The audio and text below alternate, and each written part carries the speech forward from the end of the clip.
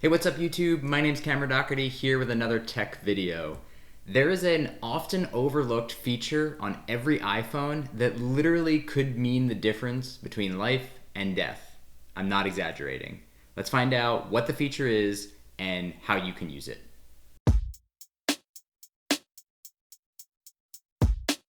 So the feature we're talking about today is the medical ID, a small little feature hidden away in the health app that most people don't even know exists, but that everyone should be utilizing themselves and being prepared to utilize in the event of an emergency with a stranger. So let's dive in and take a look at how you can configure your medical ID and why it's so important that you have one. All right, so let's take a look at how you can create a medical ID for yourself.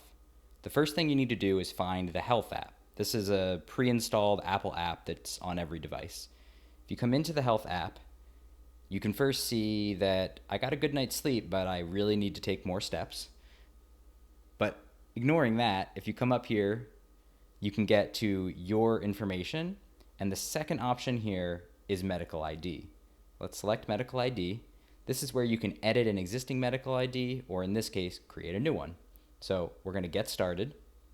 And what you'll see is various different fields of information that you can optionally provide. You can include your date of birth, important medical conditions, allergies, etc. So all of this is something that you can make available to someone in the event of an emergency.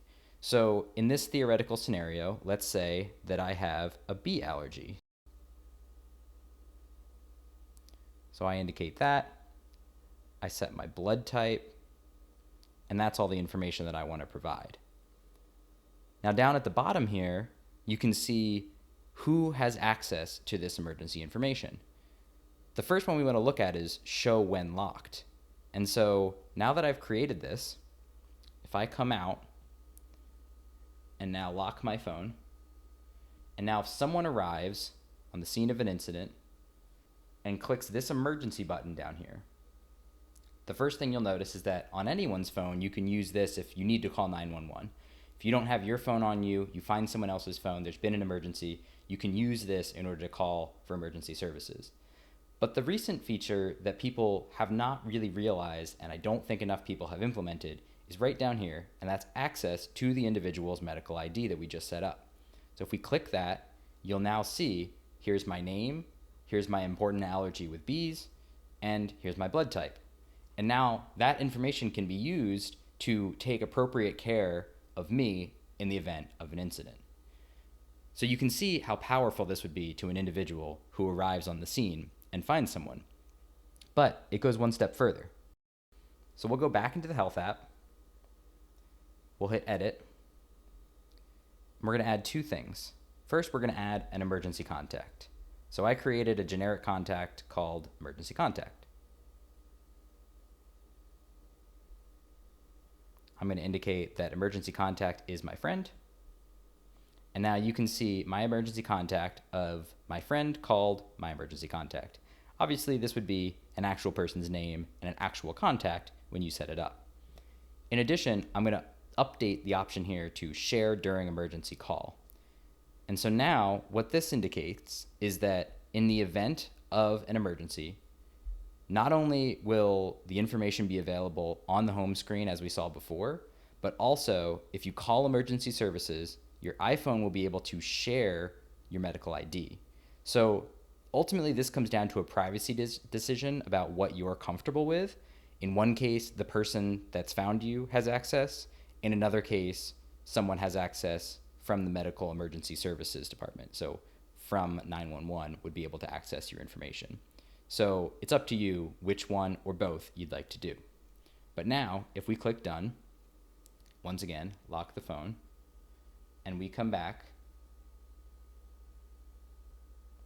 into our emergency, into medical ID, now in addition to knowing my name, my allergies, and my blood type, we also have a phone number to call to alert someone of what's happened.